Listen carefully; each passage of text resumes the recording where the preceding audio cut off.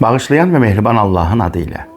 Əziz müsəlmanlar, İslam Peyğəmbəri buyurubdur. İmkansız ve kasıb olanlara Ramazan ayında diğer aylarda verdiklərinizdən daha artıq çox sədəqə verin. Yaşlılara ve böyüklərə bu ayda daha çox ehtiram, hörmət, yaşlı kiçik olanlara, balaca körpələrə isə daha çox məhəbbət və qayğı göstərin. Müqəddəs kitabımız Quran-ı Kərimdə Allah Təbarək və Teala sədəqə vermək barəsində ilk növbədə məhz özünü sədəqənin alıcısı kimi qələmə vermişdi. İmam Sadiq əleyhissalam atası İmam Muhammed Baqir ağadan söhbət açdıqda belə buyururdu. Atam həmişə kiməsə sədəqə verdikdə əvvəlcə sədəqəni həmin şəxsin ovucuna qoyar, sonra həmin sədəqəni yenidən götürər, öpər, qoxuyar, təzədən həmin şəxsə qaytarardı. Belə buyurardı ki, sədəqə sahibinin əlinə düşməmişdən qabaq Allahın əlinə yetişir. Allahın əlinə yetişmək burada məcazi mənadadır. Yəni ilk sədəqəni qəbul edən Allah Təbarək və Teala'nın özüdür. Sonra müstəhəq. Sədəqə verməyin nə kimi faydası vardır?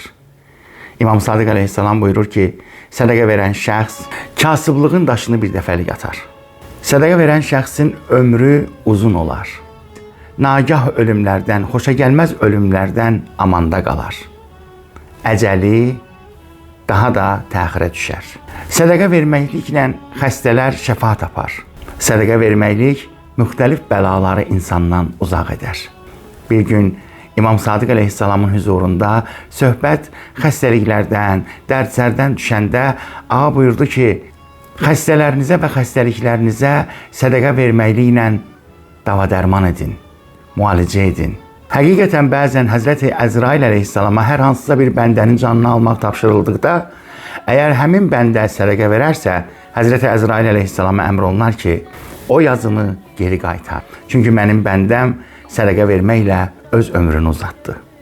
Allah Teala'nın öz bəndəsinə olan kərəm və fəzilətlərindən biri budur ki, kimliyindən asılı olmayaraq bəndələri ilə mehriban davransın. Belə ki, əgər həmin şəxs yaşda səndən böyükdürsə, onu atan yerində bil. Yox, əgər yaşda səndən kiçikdirsə, onu öz övladın kimi tanı. Yox, əgər həm yaşıddırsa, onda onu qardaşım bil. Əzizlərim, mübarək Ramazan ayının son günlərini yaşamaqdayıq.